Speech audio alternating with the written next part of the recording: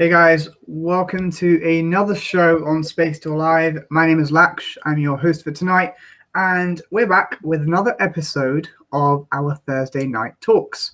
And tonight, as you'll see, we've got another very special guest on the show.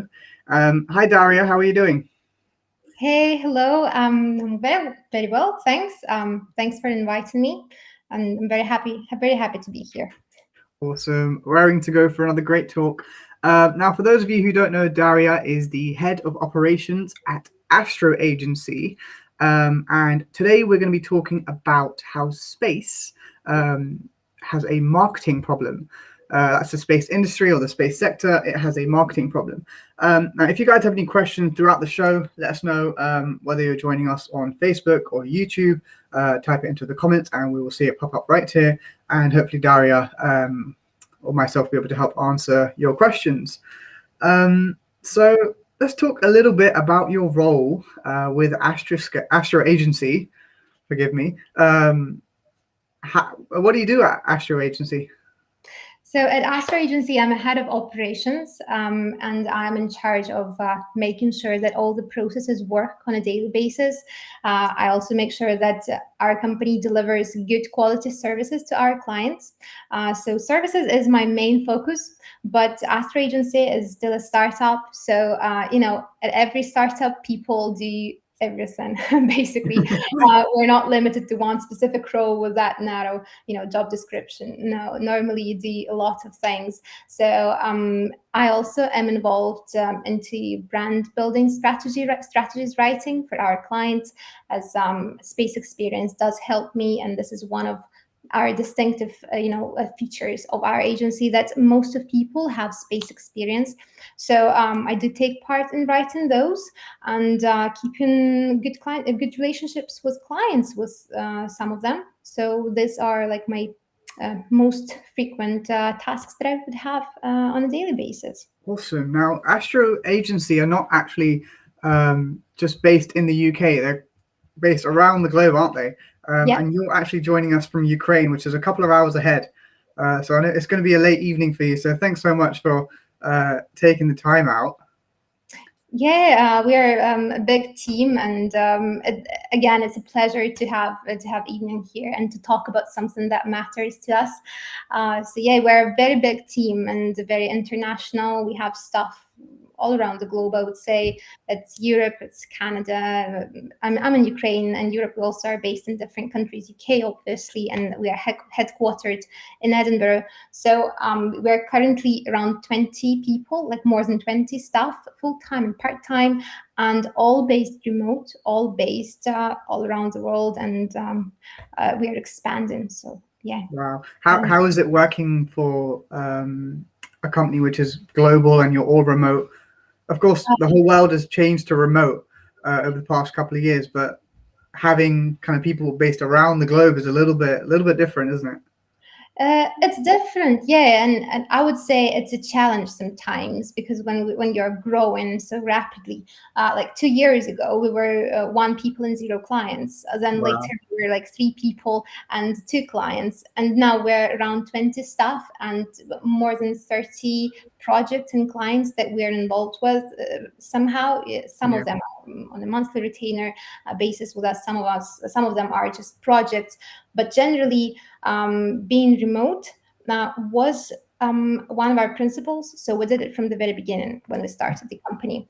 And when the whole world was turning to remote work, we already were doing that. That's why this transition period didn't really hurt us, but still it is a challenge when your team grows and we are all in different time zones. And it's not like the office work when you have somebody just next to you and you can and something immediately. And another challenge is that we all are in Zoom calls for all types of conversations, like formal meeting or informal chat. You go to Zoom and there is, no difference in that. So that's a bit of a challenge. But generally, that's exciting because we are so different, so cool. And I would never have worked with these people if I was just, working somewhere offline. True. Definitely, but we are now one big international team, which is super exciting. Do you guys have any plans of doing kind of an in-person team event anytime soon? Yeah, we do. We definitely want to have some events when we are able to travel. We actually do have like smaller team gatherings. For example, part of our team will go to IEC, to Dubai Expo, and will be part of this event. So they will have their little sub meeting. But wider team, yes, definitely. This is one of our team goals. You know, Yeah. inside Astro Agency, like let's have a corporate party where everyone joins. Yeah, something that we aim towards, definitely. Nice. Well, without further ado, let's get on to tonight's topic about how space has a marketing problem, and I'll hand it over to you to take the stage. Yeah, many thanks. I'll share the screen because I have some slides. Mm, Just give me a second. I hope that everyone can see the slide here. And we've met obviously already, and Daria. And apart from what you already know about me, that I'm head of operations at AstroAgency, I would also like to say that generally my experience in the UK space sector is 5 years. Before joining AstroAgency, I worked for two launch vehicle development companies. And my expertise is mostly around processes, brand building strategies, and startups. If you ask me about one thing that I can do very well, I would say this is given a start. Anything that needs strategy, plan, inspiration, motivation, anything like that, it's my area of expertise. So, starting this talk, I would like to introduce the topic with describing the situation that happens quite often to me. When I tell people that I work for the space industry, I normally receive several types of comments. One of them is around big Soviet rockets. People are asking me, are you working with big Soviet rockets?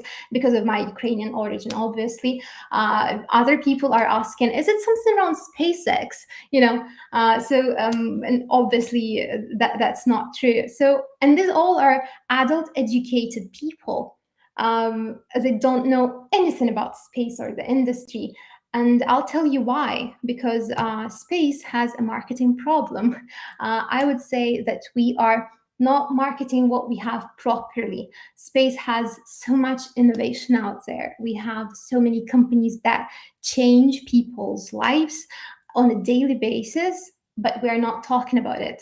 And I will be more specific about the problem itself. I would divide it into several categories and present a couple of groups of issues that we see as an agency during our work. So the first type of problem is that space industry is still can be called like a village community. We know each other very well. It is a good thing on on one hand because networking is still a very powerful tool. We do business through networking, you know, and mostly companies get their sales leads not from paid traffic, but from in-person meetings, for example. So this is a cool, powerful tool. But at the same time, where we only talk to ourselves, so we don't engage with others, with other industries, with other people, with different sectors, etc. So it's very closed. It's very people when they hear space, they're like, "Ah, okay, this is something not for me." You know, if they don't know anything about it, but it's not true. We should engage more, and I'll be talking about it next. The next problem that we see is connecting with the skills pipeline, and everyone talks about STEM educational outreach. Companies go out there, take nice pictures at schools, you know. But the thing is that STEM and outreach is not just a corporate social responsibility. It's not a charitable outreach. We cannot just go to schools and give them whatever we want to give. What I'm trying to say is that inspiring is necessary, and we are responsible for people who will be joining our sector in 10 years, let's say. So it shouldn't be just, you know, taking good pictures and that's it. It should be going out there, working collaboratively with teachers, with schools, telling more, talking more to them, asking them questions like what is needed, how can we help them inspire kids. So yeah, I would suggest that we don't treat this as just CSR and don't use STEM as like a regular word. This should be more about inspiration and more about developing talent as well. Because talent should not be developed only in schools and universities. Companies should be more involved into, let's say, apprenticeship schemes. Should give the chance to people to try and work for the industry at any moment of their career. So definitely connecting with the skills pipeline is one of the problems that we will have very soon if we don't treat this seriously. Next group of problems is connecting with non-space sector. And this is important because there are so many benefits to supply chain that non-space industries can bring. And it's also a chance to give other industries chance for other industries to give support to the space, right? To be a part of our lives. This also is a chance to commercialize the data and find new customers because the services, the data, the products that we have at space industry that we produce are transferable to other industries and we are able to sell, to commercialize them. One more example here is Alpha Data, Edinburgh company, one of our clients. They came to us was being a company that is just involved into aerospace, and they wanted to enter the space industry, right? Because they were capable of supply to the space industry. Now they're known as a NASA supplier, and they're setting a good example as a company that was not involved into space from the very beginning, but is involved there now. So transferable skills is very important. But what's more important to me, as I think, is connecting with the general public. And this kind of covers all of the previous topics that I was mentioning here before. Because there are lots of misconceptions from people. I was mentioning at the very beginning of the talk that they think that the space is just Soviet rockets, or, some people think that, okay, this is nothing to do with serious stuff, that space people are just watching Star Trek all days, which is not true. And we should be working with these misconceptions if we know how the industry works. When you say spaceport, people think about something big like Space Canaveral and a 3-stage rocket lifting off. But Google Prestwick, and you will see that there is a spaceport in Prestwick, which is horizontal and which enables launch from air, which is completely different to what you imagine when thinking about Space Canaveral. So this is number one point. Number 2 point that I want to raise when talking about general public is that we need to inform people why space is important, why government is so focused on space, why funding is allocated, why everyone supports space industry and companies. This will help us to get support from people, from local communities, because when they finally get to know what is happening next to them, how cool these projects are, they are a great support.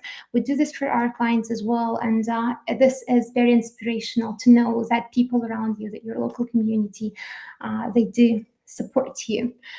But one more problem is that space is not really an industry on its own. Space industry is a part of every other industry, is a part of everything that we see around us at some point. Transportation, oil and gas, environmental industries, they all use space services. How many times do you pick up your phone during the day? This is how many times you use benefits of space industry, right? So there is something to share. We should not be closed. We should talk about this message, right? We should deliver it properly. How do we do that? With the help of marketing, of course. But the problem is that marketing has a very bad reputation in technical sectors. There are lots of companies with talented engineers, talented people, great technologies, innovations, etc. But inside these companies, marketing is like a swear word. This picture is just one of the examples that our technical team sent to me when I asked them to, like, can you please send me some examples of what engineers think about what we do. But it's, again, not true. We're not, people think that marketing people are just doing nothing, having calls all day, attending conferences, having fun, and that's it. It actually is not the truth. Because we deliver the messages that people want to deliver to people. And I will reveal the truth. A website, leaflet, and a video are not the brand. They're a website, leaflet, and a video. What is the brand, you'll ask me? The brand is what people think about you. The brand is how much money they are ready to pay for your services. The brand is how many people want to work for you. And it's not just about the companies. Even if you're just a space industry professional or any other industry professional or an employee of some company, you also have the brand, your personal one. If you're an expert in certain problem and people have this problem, will your name come up first in their head when they have it? If the answer is no, you have a bad brand, right? Because your name should be first when they have the problem related to you. This is a good brand, not the website, not the leaflet. So how do we take the first step in developing the brand? We need to answer a couple of questions around the concept, around the brand name, around positioning. And to all those people who are thinking that a complete vision and mission document is so boring, nothing to deal with reality, etc., I'll tell you that again, this is not very true, because vision and mission, I feel, are two base pillars that your company stands on. And you refer to these documents every time you have a question where that you don't have answer to, right? Vision and mission, by the way, should be filled in every 3 to 5 years. So it's not something that you change every month, right? This is something of a very long term. This is a long-term play, I'd say. So every time you don't know what to do, you go to your vision and mission document, and this brings you the answer, because you will outline your principles there, your core values, what you think is important for your company. This is everything that should go to these types of documents.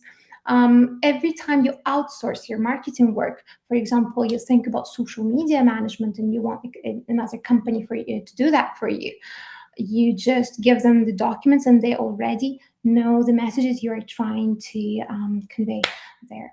So that's extremely important. And I think that these lines are all the questions that you need to ask yourself before building the website, before creating social media. And also, these are the things that you need to ask yourself if you are an expert or professional in a certain area. What are the messages that you are trying to tell people? What are the core values that you bring to people? This is extremely important to understand before doing any marketing activity, I would say. One more thing that I wanted to cover is 5 principles for space marketing. Again, we have thought of these because of our experience that we had during the past 2 years of working with AstroAgency. And the first principle is brainstorm. Again, lots of the answers are already within your companies, within your teams. Just ask the question, gather, talk, brainstorm, give out all the ideas, and you'll see how much potential you have. You'll see how many ideas are out there. You also need to react fast. We live in a very fast changing world, right? If something changes, if something does not work, you need to react fast and change the strategy, especially with marketing. Everything that is happening in the world should be noticed, and you need to react to these things somehow. For example, for social media, we do proactive and reactive types of posts. Proactive is when you plan to talk, let's say, about your team, about your services, whatever else. Reactive are something that we just pick up online and say what we think about this, right? This gives a very good reputation online.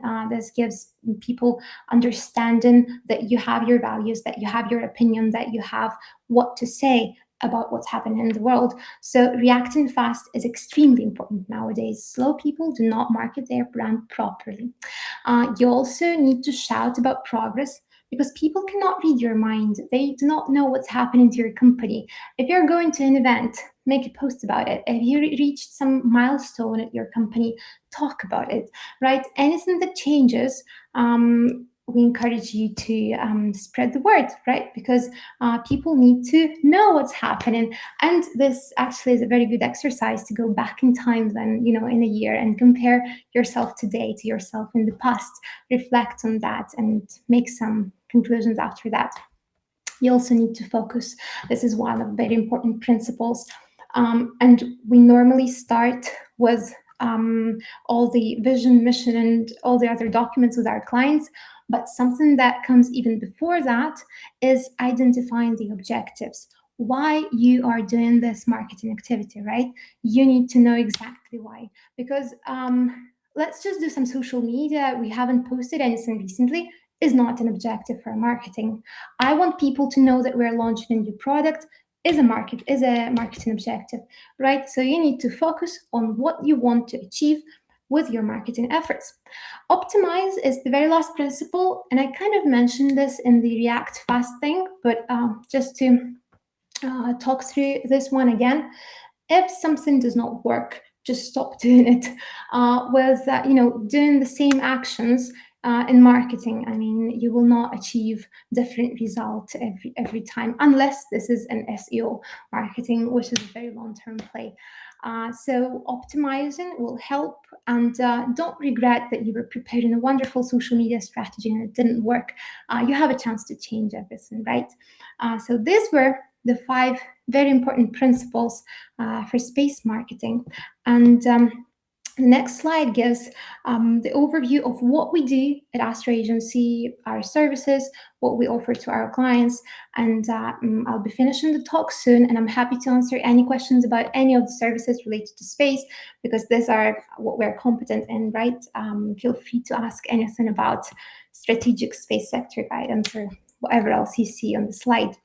And just to summarize everything, I want to say that space does have a marketing problem, but the good news is that we are able to change it, and each of us who understands something about space and who is able to spread the word to talk about all the benefits that space brings to the Earth and more, we all can change the situation. So that's probably everything that I wanted to say, and happy to answer any questions that you might have. Great, thank you so much, Daria. That was amazing. That was so helpful. I learned so many things. It was like a crash course on doing branding. Even with it brought to mind, as you kind of alluded to at the start, in a startup, everyone does everything. And even with my role with Space Store, I've managed to do so many different things over the past 2.5 years, that all of those things that you were saying about having a direct message, for example, when you're doing a social media post, like this is the message. Let's not just do social media because everyone else does social media. Yeah. That was so interesting. Thanks so much. Thanks, and I'm happy that this was useful. Definitely, messages are very important, and something that I wanted to say but didn't mention is that we have to be honest with ourselves when answering all these questions about objectives and messages and everything, because this is something that we were doing recently for our company. I was working on company culture, right? So I was writing the culture points that I want to have in our company, and I had a wonderful list of company culture for a good marketing agency. The problem was this is not for our marketing agency. We have different culture, which has nothing to do with my perfect list. So that was painful. I'll be honest with you. That was painful that, okay, this is not my company. I have different values. I have different culture points. We rewrote that and achieved better results. Now we know where we move and which are tools that we want to use for achieving that. Do you think like the culture points, for example, do they come through the personality of the people who are working there, or is it more of, like, for example, if if I thought of an amazing idea, I want to start a company, um, and I want to write down the culture points, right? Mhm. I want it to be like, I want it to be trustworthy. I want it to be reliable. I want, for example, whatever problem I solve, I want my customers, as you said, to think of my brand first. Mhm. Um, does that all come from personality, or where do you think you derive your culture points from? Yeah, it definitely does come from personalities. It comes from the management team. It comes from leaders. It comes from people, from everyone in the company, I would say, Hmm. because uh, how you do something, you do everything. What I'm trying to say, if you're the type of personality that just rushes through and does things very quickly, but do Yeah. not care about, perfectionism and good quality for details, you will do everything like that, and you just admit that at some point and use this as one of your USPs. Like just don't take tasks that needs that level of detail. So Hmm. yes, I think that we should look into ourselves, and this is why brainstorming sessions are very good, because company is made of people. People are what are the ones who bring all the thought, culture, ideas, and everything to the company. So I would suggest that if you have a team, brainstorm, ask the question, and listen to what they say. You'll find out magnificent ideas. Awesome. Just another point around that, actually. You mentioned how the space industry and companies in the sector have developed a village community, which I thought was Mhm. a great way to put it. Um, why do you think that's happened? Like, is it just the way the industry has evolved?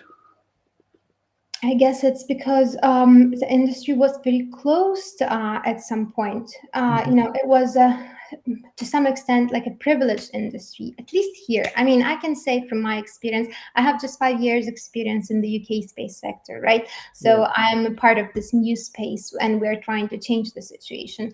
Here in Ukraine and all the post-Soviet countries and everywhere, space was a privilege. It was very closed. It was a closed community from the very beginning. So people are like, "Are you working in space?" Oh, okay, okay, good. So we're not asking questions. Uh, Yeah. Nothing was discussed. This was not a point of conversation. So it is such a privilege that we can talk openly about this now, because this was not the case previously. So again, I don't really know about other countries and how it was evolving there, but here definitely, and from what I see in the companies that I was working for, um, just because the time was like different and it was closed from the very beginning. Now we're open, so let's change the situation. Awesome, yeah, and I'm glad companies like AstroAgency are helping brands and organizations do that. So hats off to you guys. Yeah, Um, definitely helping companies to tell the messages. And honestly, this is the very first thing that we do with every company. We ask them the question, what are you guys doing?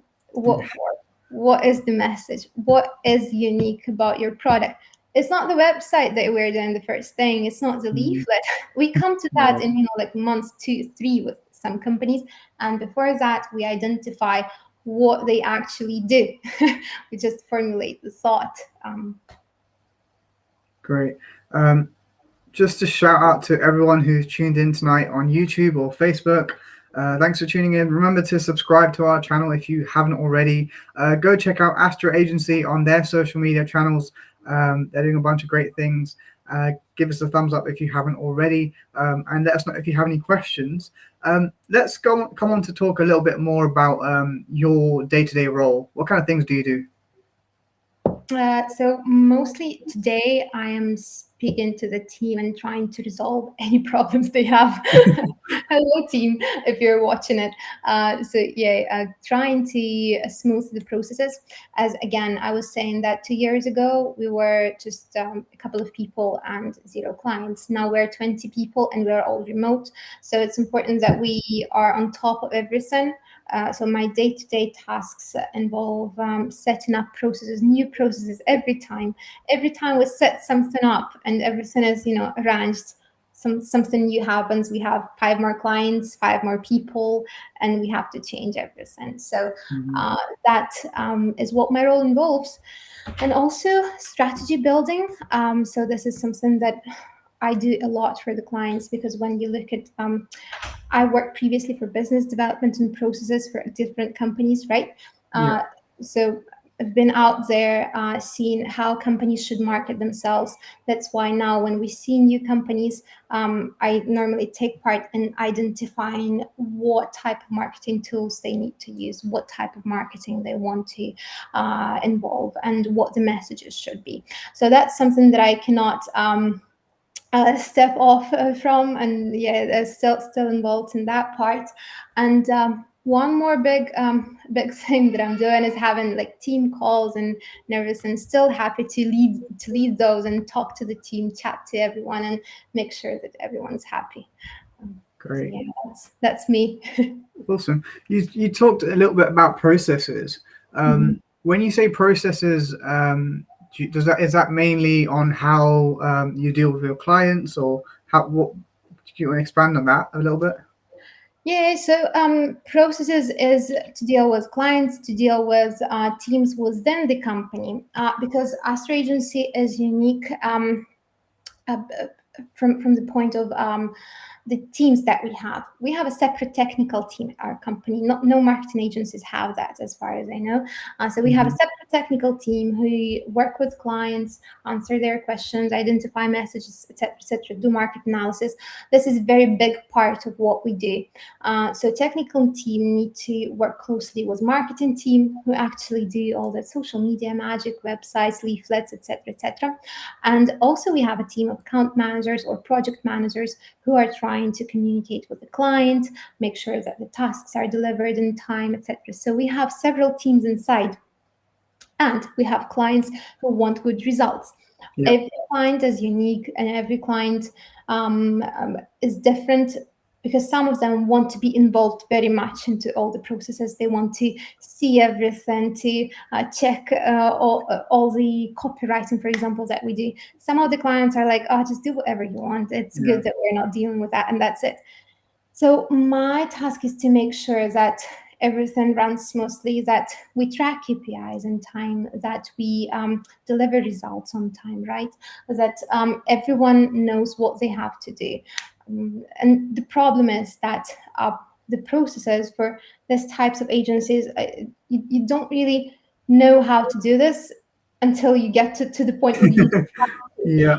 not learn Yeah. it, from anywhere. How do I manage an Yeah. agency with 20 people remote who are so different, with so different departments? And so yeah, that's my challenge, day-to-day challenge. And I hope that I'm yeah, resolving all the problems that arise.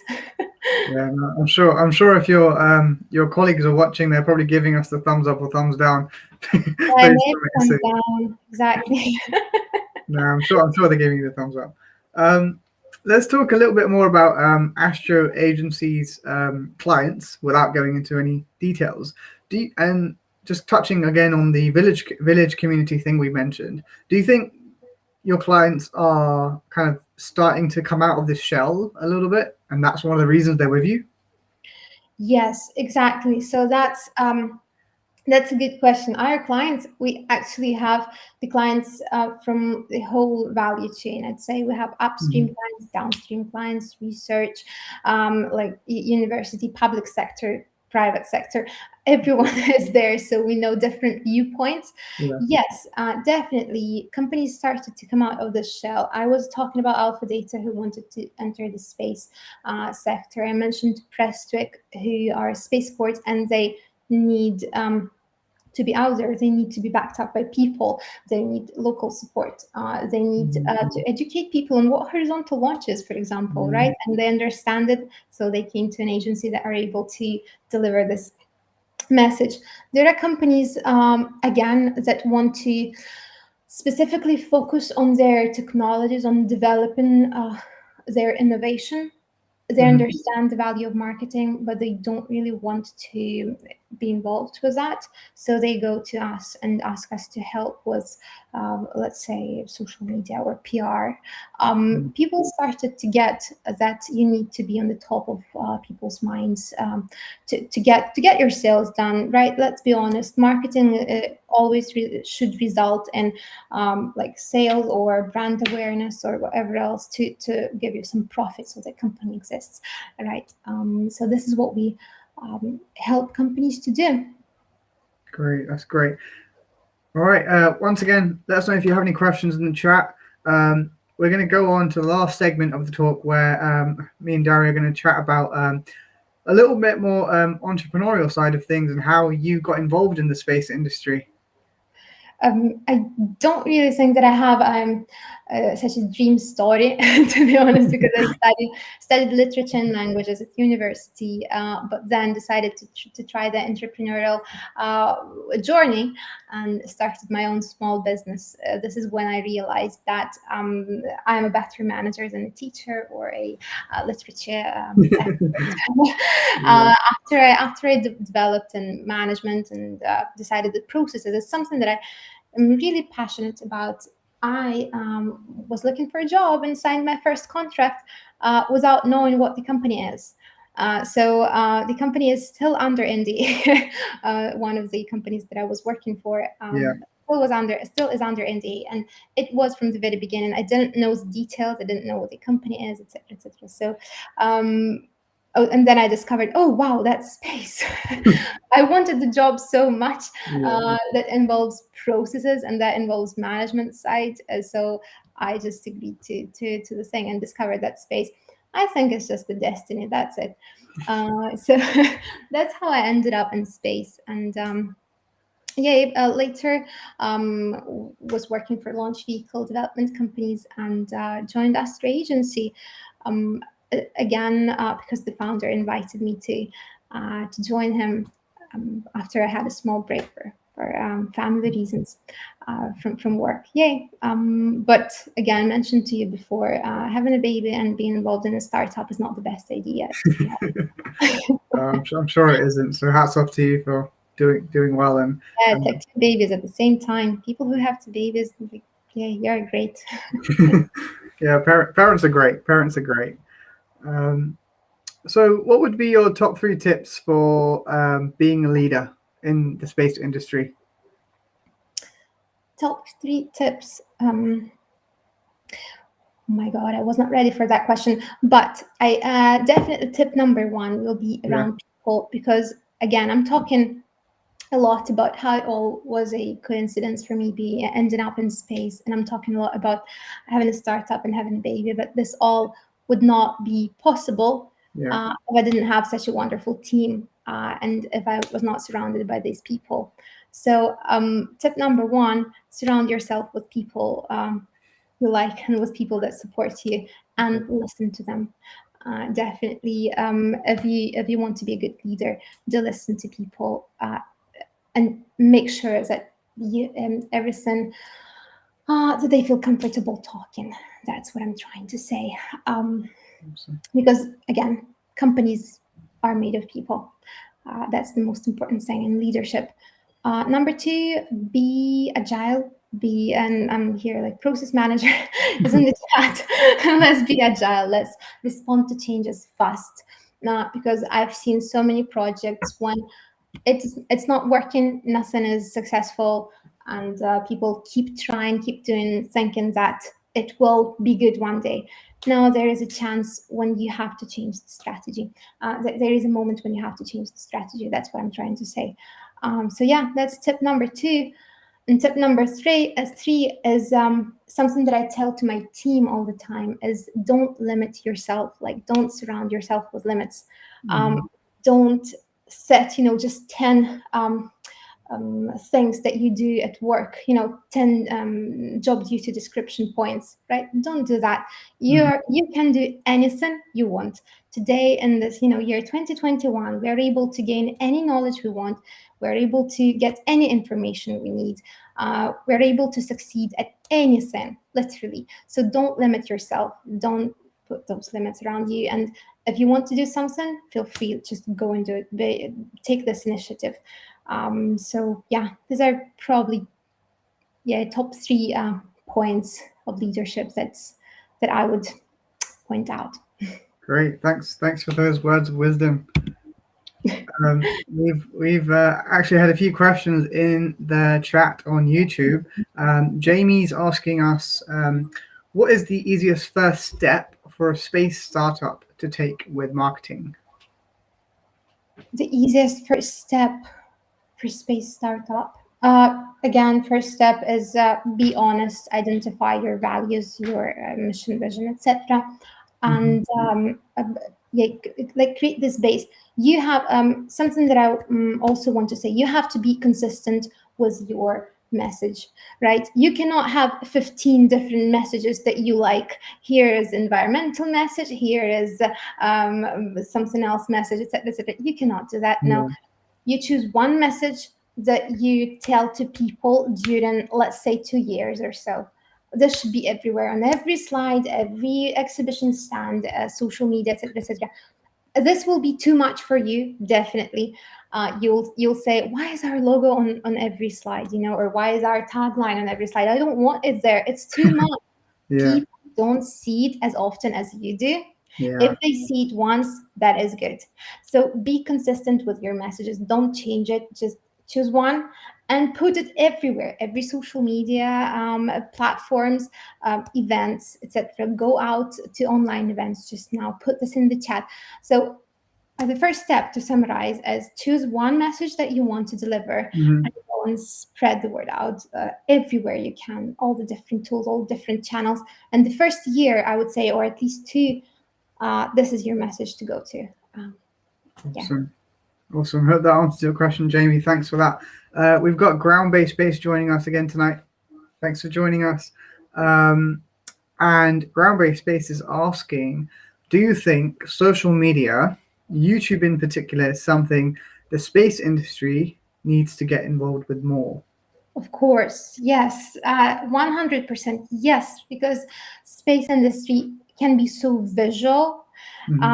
First of all, I was talking about space being very closed community, right? People don't know what's happening there. People have never been to factories where rockets are assembled. If you have a chance to show the background, something behind the scenes at whatever company, this is cool. This is something that can be showcased. This should be showcased on YouTube, and this is very visual. People will enjoy seeing it. This is number 1 point. And number 2 point, look at how many space data companies we have. They have brilliant imagery, just brilliant. So all these pictures, this is so beautiful. We should be using it more and should be putting out more YouTube videos. Definitely, yes. Great. And just the other part of that question, which I missed, was, do you think that maybe space companies and organizations need to partner with space and science YouTubers, for example? Yeah, and this is a very good point, and this was on probably one of my slides, influencers and thought leaders. Definitely, yes, and this is how we can address the problem of people not being informed about what's happening in space. Again, we have a space company who are very technical, great in innovations they are developing, right? But they are not telling this out to people. Nobody knows about this. They're telling this to their friends, to somebody in the industry, to somebody at the conference that they see. But the general public don't know that this technology is available, don't know how this changes everyday lives. So it's always good to find someone who is able to tell the story to people, to deliver this message to general public. So answer is yes, definitely. We should do this more. Happy to be involved with any of our clients, and if anyone wants to help with spreading out the message, happy to work with you guys. Awesome. Yeah, do get in touch with AstroAgency. Check out their website. Check out their social media. They're doing some great stuff, helping out the space industry across the globe. Thank you so much to everyone who's tuned in tonight. It's been an absolute pleasure speaking to Daria. You've given me and hope the audience so many golden nuggets, as I like to call them. I'm definitely going to be watching this YouTube video back and looking at some of the slides you showed, because they were really, really useful. And I think we all can learn something from the talk tonight. I hope you've enjoyed it. Yeah, many thanks. Many thanks for having me and for talking to me about this important subject. And I am very happy again that some of the slides were useful and some of the parts of the talks were of use to you guys. Definitely really useful. Awesome. Well, we'll wrap up the show tonight. Now, it's been great having you, Daria. Once again, check out AstroAgency's website. And we will see you again on Tuesday with Nick and Terry's Space Roundup. So be here at 7:30. We'll be live to bring you the latest and greatest space news. Thanks, Daria. It's been an amazing show, and we'll see you guys soon. Thank you. Bye.